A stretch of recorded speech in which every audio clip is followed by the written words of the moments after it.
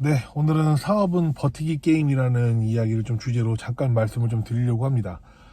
그, 이런 얘기 들어보셨나요? 그 스톡데일 패러독스라는 말 들어보셨나요?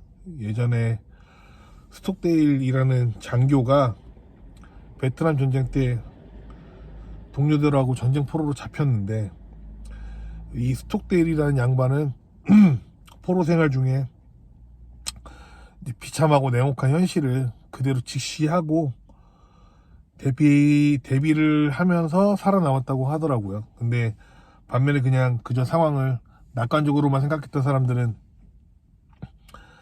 다 상실감에 빠져 죽었다고 하더라고요. 예전에 아우슈비츠 수용소에서도 이런 비슷한 이야기를 들었거든요. 그러니까 그냥 아무 이유 없이 낙관만 가득했던 사람들이 더 일찍 죽게 되고, 이 현실을 인지하고 살아갔던 사람들이 더 생존력이 강하다라고 이야기를 들었습니다. 제가 이 이야기를 드린 이유는 결국 버티기 게임이라는 거죠. 우리가 어떤 장사를 하거나 뭐 사업을 하는 사람들 보면 대부분 막 매출이 막 기하급수적으로 증가하는 경우들은 굉장히 드뭅니다.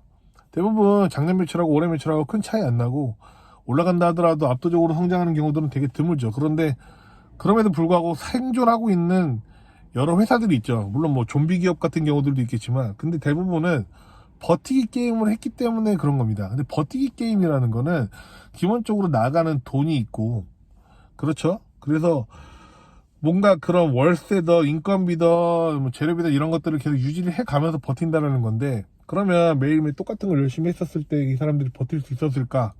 라고 하면 그렇지 않죠. 이 사람들은 다른 방식으로 일을 한 겁니다. 변하지 않아 보이는 사람들은 변화를 오래 했기 때문에 버틴 겁니다.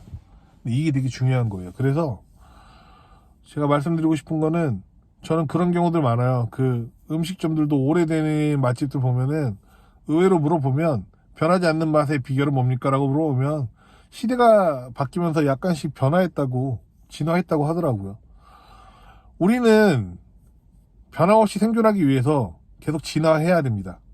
그래서 변하지 않는다라는 거는 한결같이 그 자리에 가만히 있다라는 게 아닙니다. 그 자리에 가만히 있기 위해서, 생존하기 위해서 뭔가 계속 변했다라는 걸 명심하셔야 됩니다. 역사학자 토인비가 옛날에 그런 말 했죠. 석기 시대가 없어진 이유는 돌이 없어져서가 아니라는 말.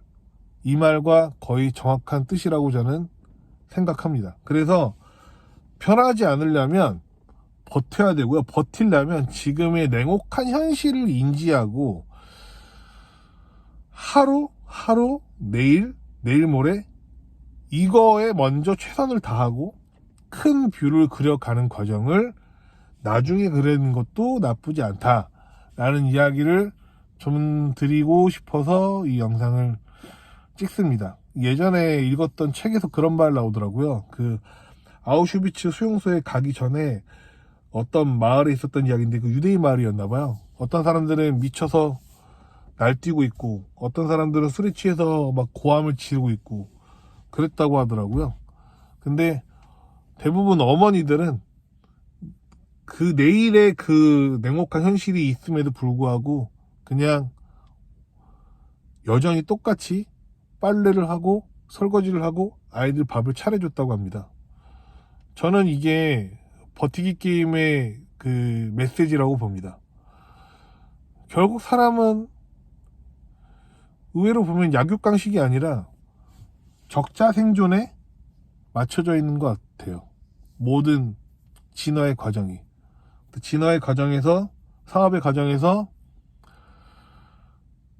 99% 정도는 버티기 게임이 아닌가. 나머지 1%는 갑자기 상방이 열린다던가 갑자기 뭔가 게임 체인저 같은 상황들이 발생하지만, 대부분은 버티기 게임이라는 걸 명심하시고, 이건 너무 중요한 거기 때문에 사업을 하시던 직장 생활을 하시던 영업을 하시던 모든 사람들이 꼭 가져야 될 필수 자질이라고 생각을 합니다. 끝!